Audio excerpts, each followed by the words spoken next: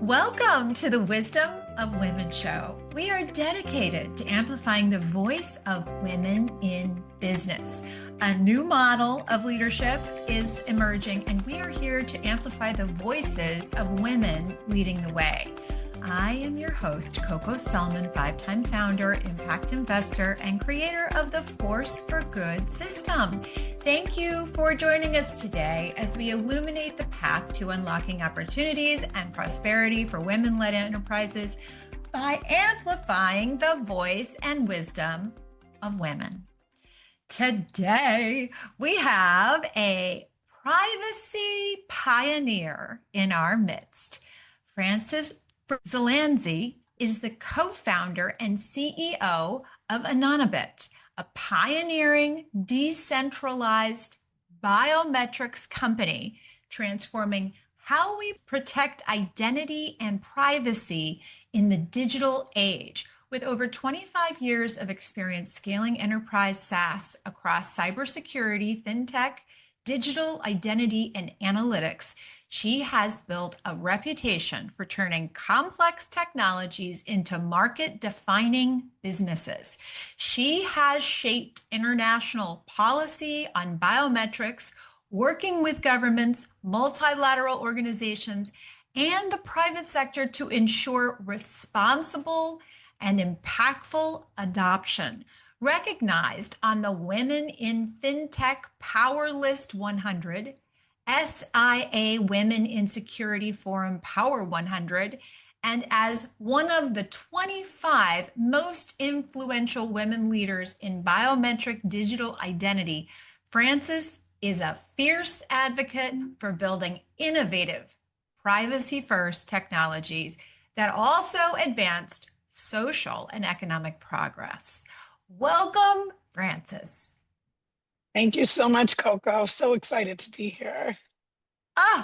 Pleasure. You are a total rock star, and I cannot wait for you to share your journey and your story and your kick-ass place in the world right now.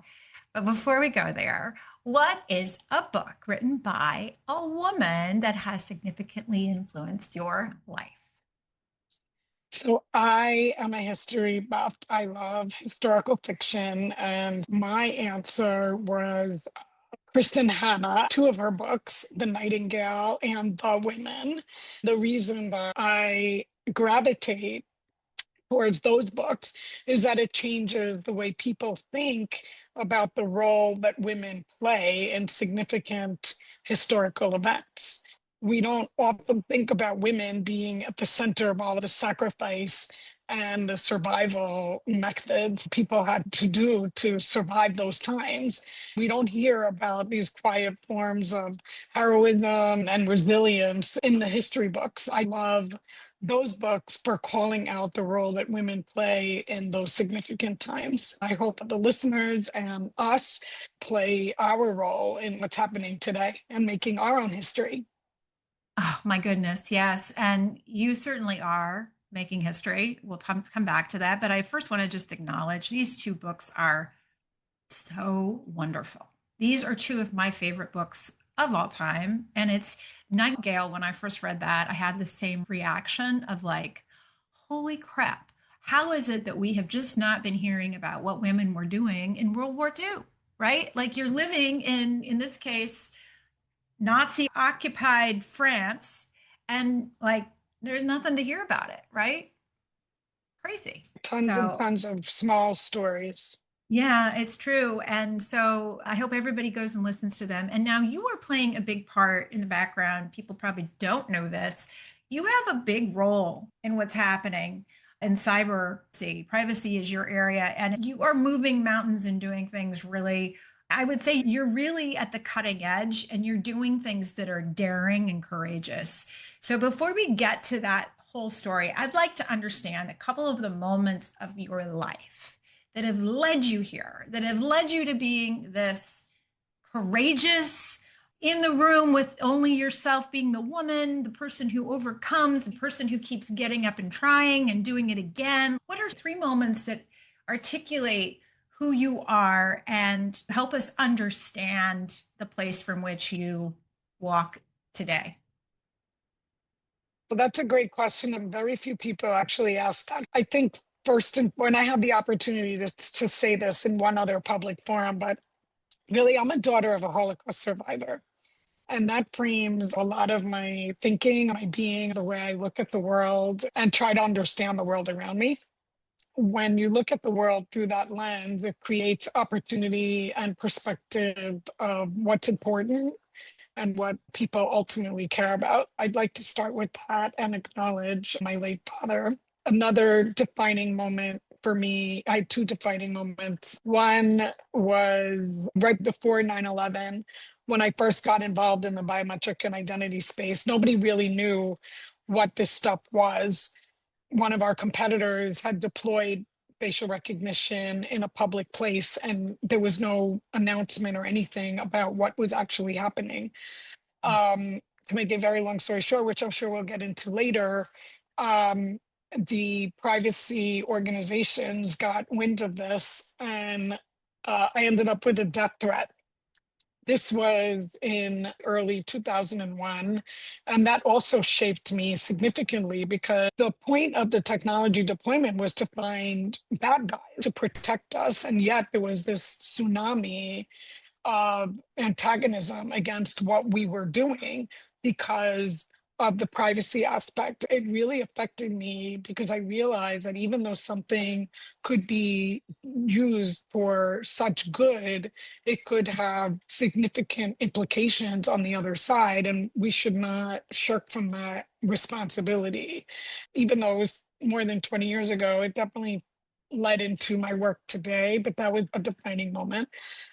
And the third defining moment was when I was involved personally in a project in Uganda. And we talk a lot about like women and women roles and women's entrepreneurship. So I don't know if that's the top, we'll get into it today, but I did have involvement in a major project in Uganda, which promoted social and economic development in the western part of the region.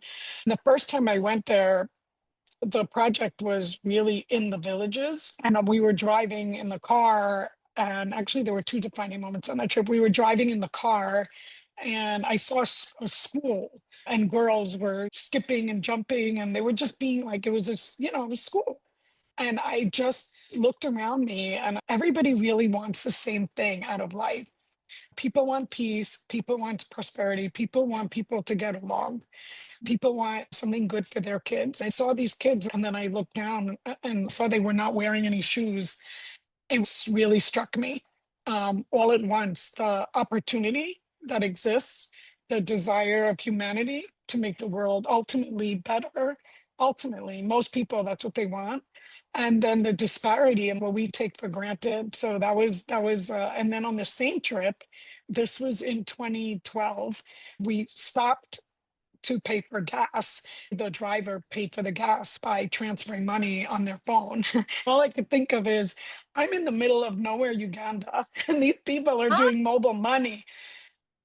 Fast forward to 2025, and we still can't get it right in the United States. So, what does that tell us? So, these are Yeah. like so many, there's lots of things that shape me and define me. And, and today the world is so interconnected. And these experiences just highlight more and more the importance of the work that we're doing. No, I just want to acknowledge your father.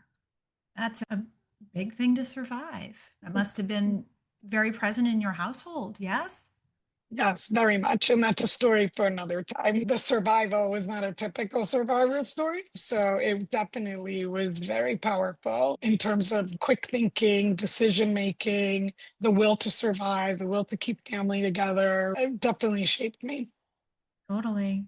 And, to be in a business where there could be a death threat, that puts you in a pretty strong hold for being responsible. It's pretty scary to think about. And I love that you were in Uganda and you saw the joy of kids and girls in particular being able to learn, even if they didn't have shoes. There was mobile money happening with the cab driver. So it's such a mixed bag that we're living Yeah, in right now. And it very continues much. to be, right? So you've worked across all of these areas of fintech, payments, biometric, cybersecurity. What led to you being the founder, creating, launching Anonybit. Tell us what it is and what your mission and purpose is. So Anonybit is a privacy preserving identity platform. We secure the user lifecycle from account origination through logging in, fraud prevention, recovering accounts. And what I wanted to emphasize is that identity is really at the heart of all of these interactions. Today, we're more and more online, but there's still physical interactions. AI is making things a lot worse in terms of trying to figure out, like, if somebody who they claim to be. Are you Yeah. talking to me right now? Or are you talking to an avatar of me? Am I talking to you, or is this a deep fake? Yeah. So we're living these questions all the time, and these questions are becoming very fundamental to how we establish trust with each other, how we interact with each other. I read a headline this morning that scams are growing much faster than any other form of fraud. And these are all kinds of scams: romance scams, crypto scams, working scams. All of these things have the threat of disrupting and breaking apart our society. If we can't trust who we're dealing with, what does that mean for all of our interactions? What does it mean when I got defrauded and my bank won't pay me back because they said it was me, and meanwhile there was a scam on the other side? Am I going to do work with that bank? Where am I going to go? What happens when I'm interviewing somebody for a job and it turns out it's not really them, it's somebody else? Or I hire someone and they take the job, they work 1 hour a day, and then there's like 15 people actually doing the real work.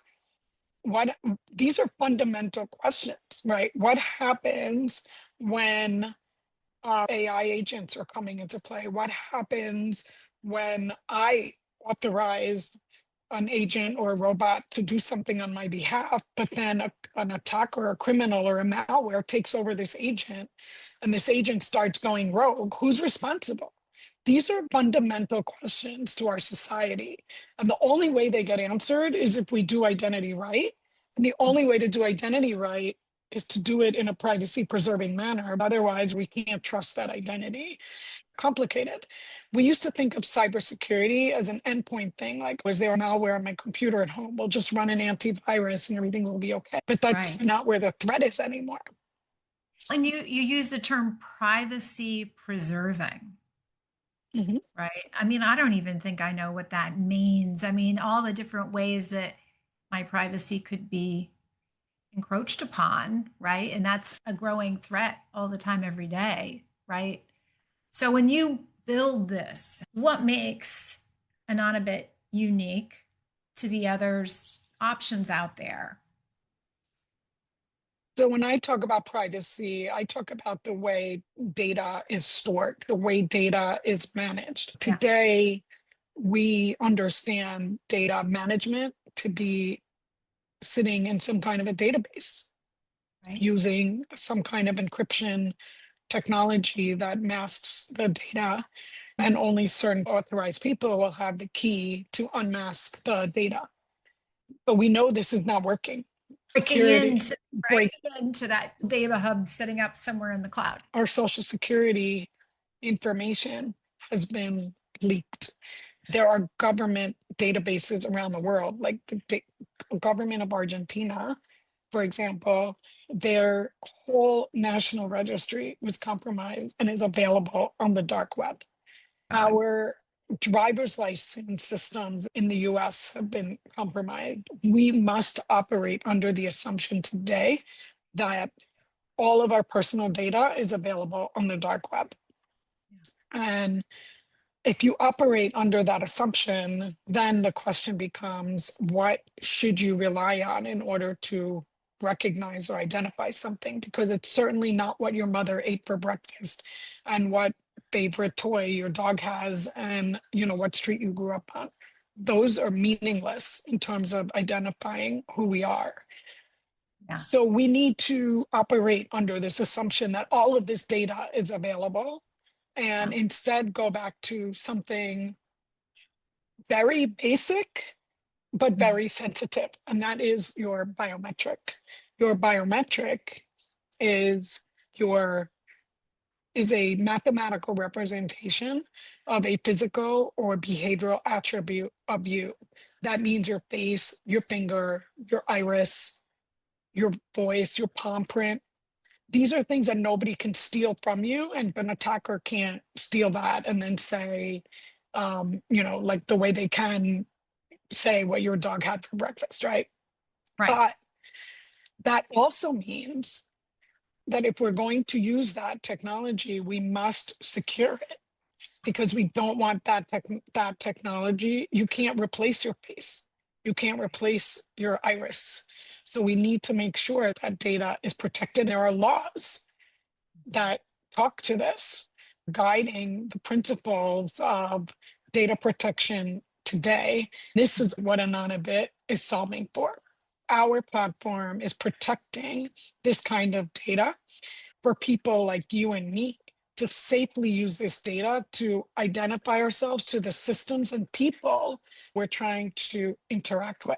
For things like our bank and being able to get a mortgage or access credit. I mean, any number of things, but those are the ones that come to my mind. Those are the places that you would find Anonybit. So Yeah. it would be when you apply to open a bank account, when you are trying to access your bank account, when you want to do a wire transfer, when you're at work and you want to get a new machine, when you want to make sure that somebody who's calling the help desk is really the right person. That is actually the number one vulnerability point. Attackers call the help desk and they pretend to be me and you Yeah. using data that is stolen. Most of the data breaches, most of the ransomware attacks, most of the losses that we hear about come from the use of stolen credentials, like your social security number, your date of birth, all this stuff.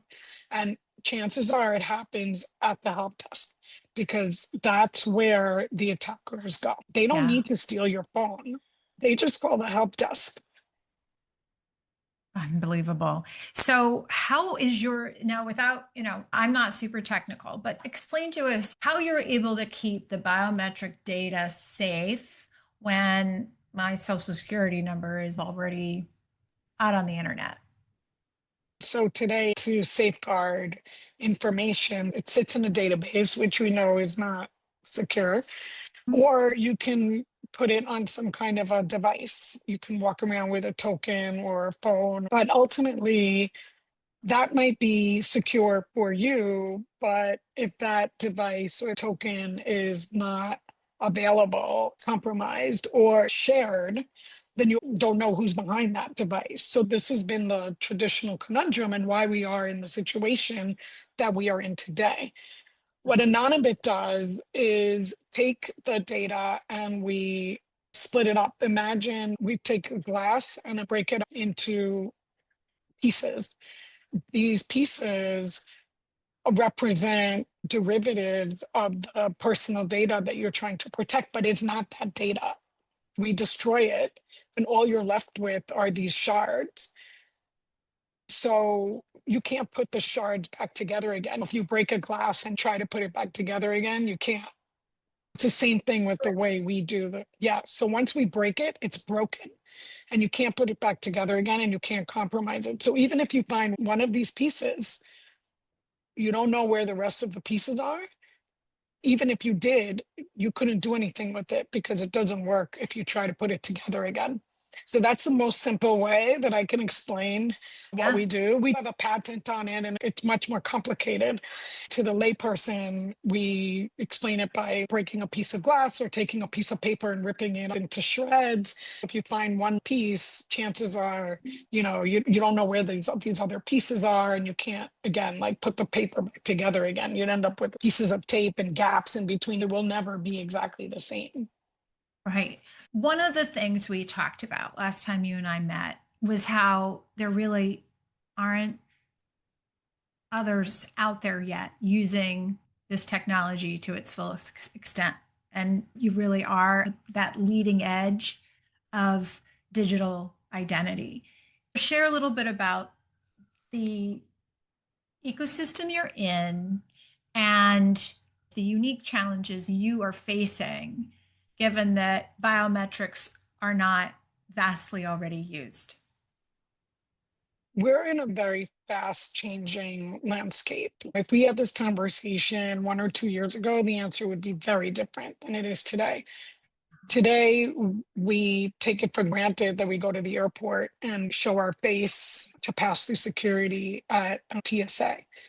Today, we take it for granted that when we open our phone, we can do that with our face or finger.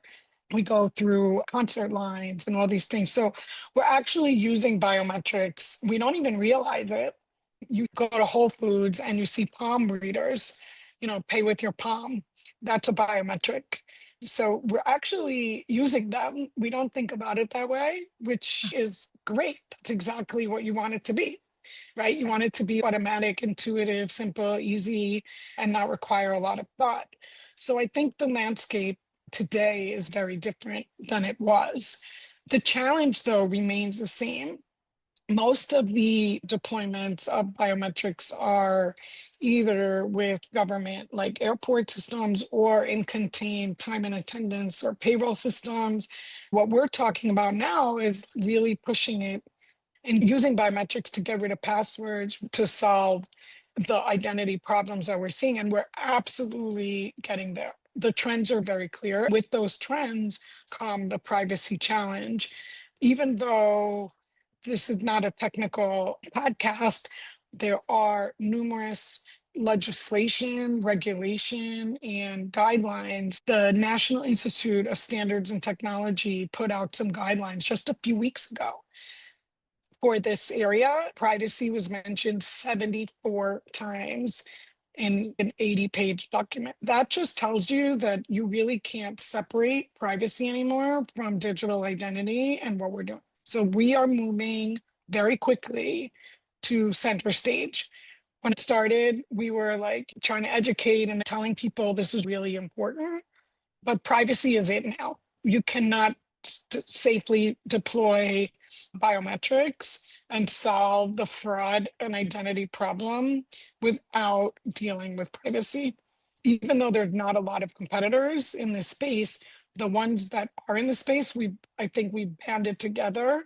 I think competition is good in my book.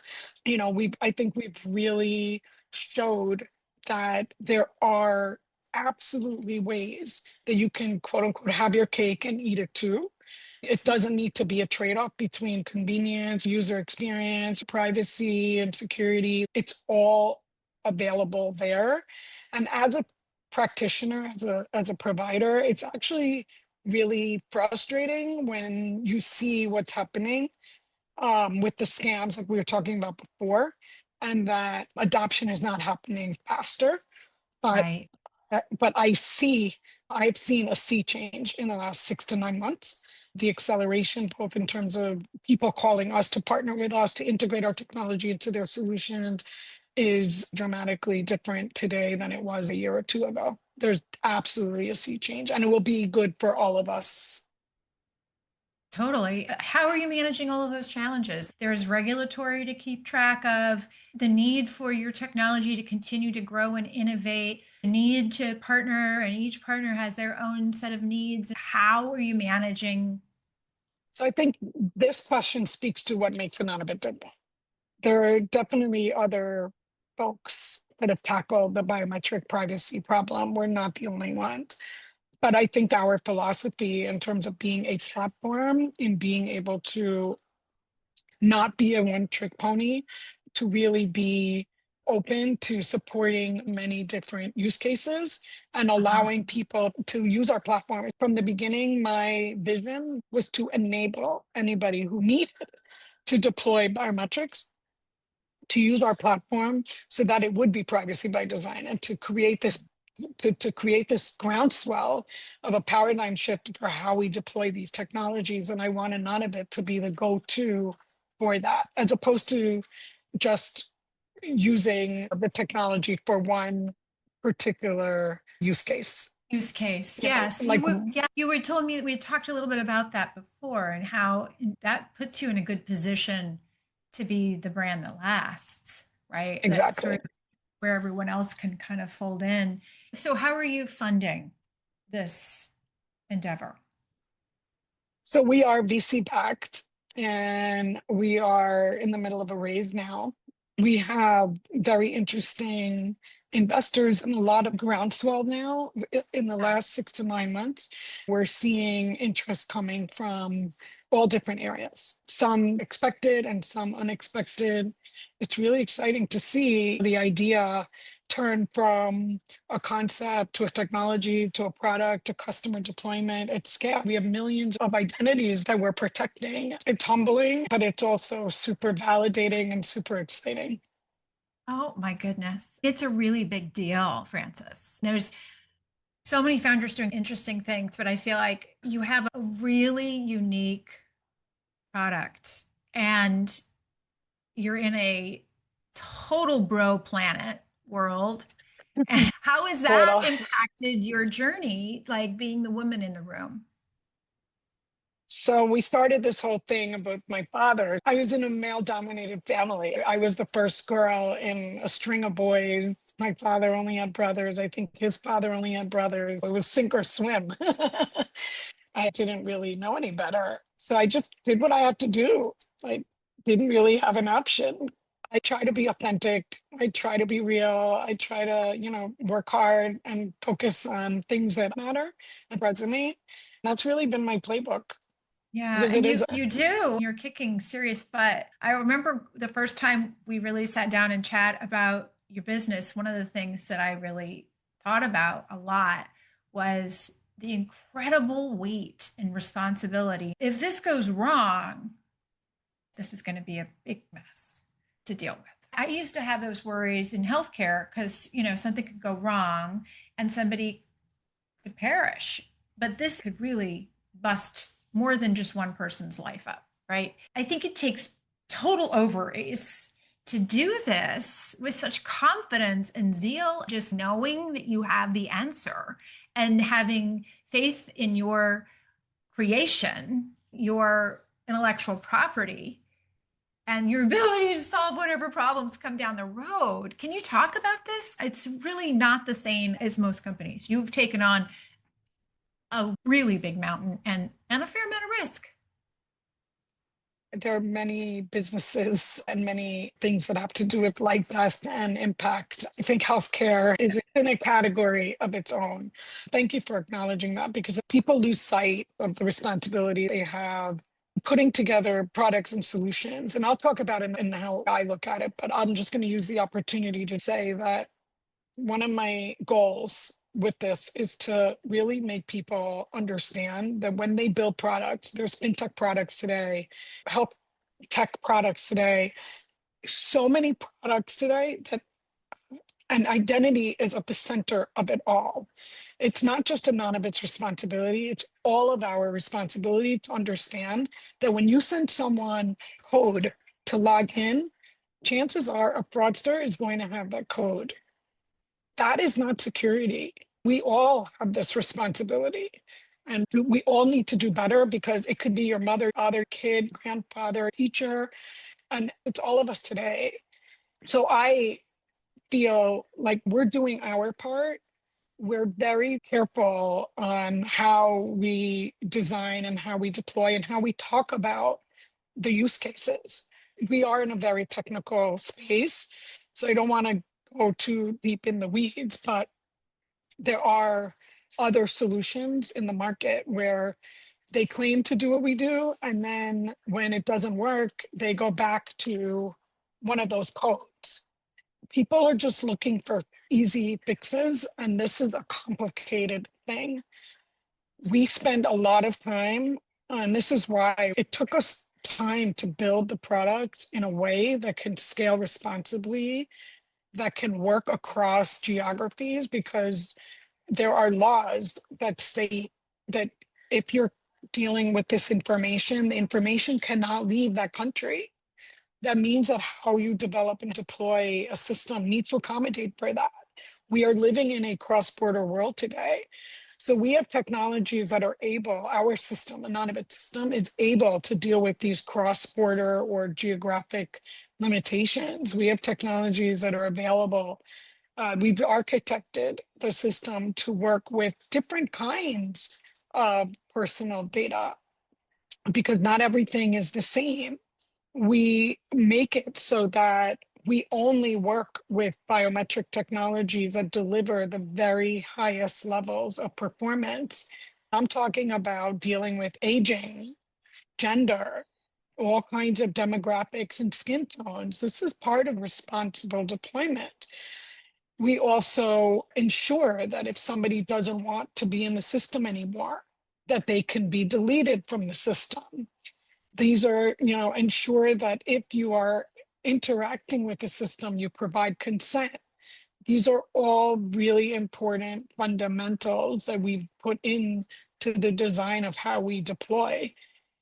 We know biometrics are sensitive, but they are critical. It's like going to the doctor. Nobody wants to go, but you have to do it. If you're going to do it, you want to make sure you have the best doctor. It's the same thing here. We need it. It's really important, but we can't shy away from how to deploy it responsibly.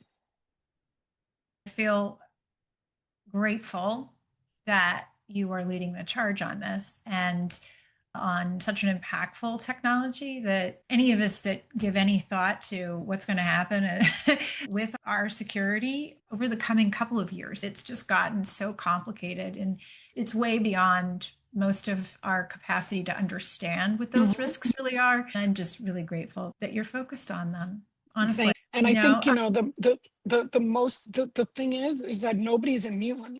So whether it's education, healthcare, insurance, whether it's banking, whether it's government, whether it's social media, whether it's our workplace, there's no one and nowhere and no entity that is unaffected by these issues. That's why we all need to step up. We're all interconnected. A data breach in one place will affect security in another place. We're all in this together. So you have shaped policy, built companies, and now with Anonybit at the frontier of digital identity, what is the impact you most want to see over the next decade? Not just for Anonybit, but for the way society handles and values identity. I think that identity is fundamental to social and economic development. I've seen it firsthand on many different levels. In the developing world, I mentioned my work in Uganda, but in many, many parts of the world, identity is broken, and that really hinders progress. I know you're involved with a lot of projects overseas. Things we take for granted here are just not available there. And that hinders the infrastructure needed to promote progress on mobility. A lot of it is identity related. What we're starting to see here is that not taking identity seriously can erode social and economic progress. If you see how many victims of scams, of fraud are out there, people's life savings are being wiped away, quite literally, because we are not taking this seriously. Banks, fintechs, crypto, insurance, companies are folding. This is not theoretical anymore. Companies are folding, people are committing suicide. This is really, really serious. My mission is to stem the tide. That's really my mission. Well, I'm grateful for it. And I am cheering you on, Frances. This is something that certainly keeps me awake at night. I just had my credit card replaced this week. I had somebody last week get a hold of a board I'm on, pretended to be somebody on the board reaching out to me, asking for this or that. I figured it out, but it was really thoughtful. I have another friend who recently, somebody was able to get into her line of credit and $500,000 gone. And so, and they can't replace, there's nothing, it's the same kind of thing where they called in and they had all the answers. So this is real and it's not just hypothetical. I do think the world's going to change quickly. We're going to see your product everywhere really soon. I'm excited for you. So let's move to the fast fire round before we close out. 5 questions in 5 words or less. What's the first word that comes to mind when you hear privacy? Security, trust, innovation. What's the boldest decision you've ever made as a leader? To embark on this journey. The hardest misconception you've had to fight about biometrics? That One ritual daily that keeps you grounded amidst high stakes work? the spelling bee on the New York Times. Yes. A single piece of advice you'd give your younger self starting out in this industry? It's not a straight path, so just go with it and do your best. Love that. Brilliant. So, how can we support you? You're raising money, right? You're Uh, open for business. So, tell us about how to get in touch with you if our listeners are interested in investing. Tell us about how to get in touch if there's a client. What's the perfect client for Anonybit, and how do they get in touch with you? so mostly LinkedIn. I am on the speaker circuit, so you can find me on a bunch of different events. I do a lot of travel. I'll be in New York and DC over the next month. LinkedIn is probably the easiest way. I'm pretty responsive. We also host roundtables once a month called Bagels and Insights, where we touch on very specific topics. We are raising money and we have almost 1 million people on our platform today. So we are scaling and we work primarily with banks, fintechs, and enterprises to protect both consumers as well as workforce. So we're really, really excited and very, very bullish about, where we are and the possibilities because they really are endless. And so really welcoming anyone who wants to join us on the journey as an investor, client, or partner. Thank you, Coco. Oh, Frances, thank you. I'm just thrilled that you could be here today. Thank you for joining us on the Wisdom of Women show. You really are a transformer. You're changing the world, you're making the world better, and that's what we're all about. I do think that women have a unique place, and our sense of responsibility, as yours is, intact with our securing identity, is so important. So I just thank you in every way. And for everybody listening, be sure to check out Anonybit. And if you're interested in investing, the links below in the description of the show notes, you'll find all of Frances's information and how to learn. And certainly, if you know anybody that's in finance, chief compliance officers and the like are probably good leads for you, I would think, CFOs. So yeah, we generally deal with heads of identity, fraud, authentication, people that are responsible for securing the front lines, both on the consumer side and on the workforce side. Great. So let's all think of Anonybit and holding the space for a future brighter world for us all. The world is made better by women-led business, so let's all go make the world better.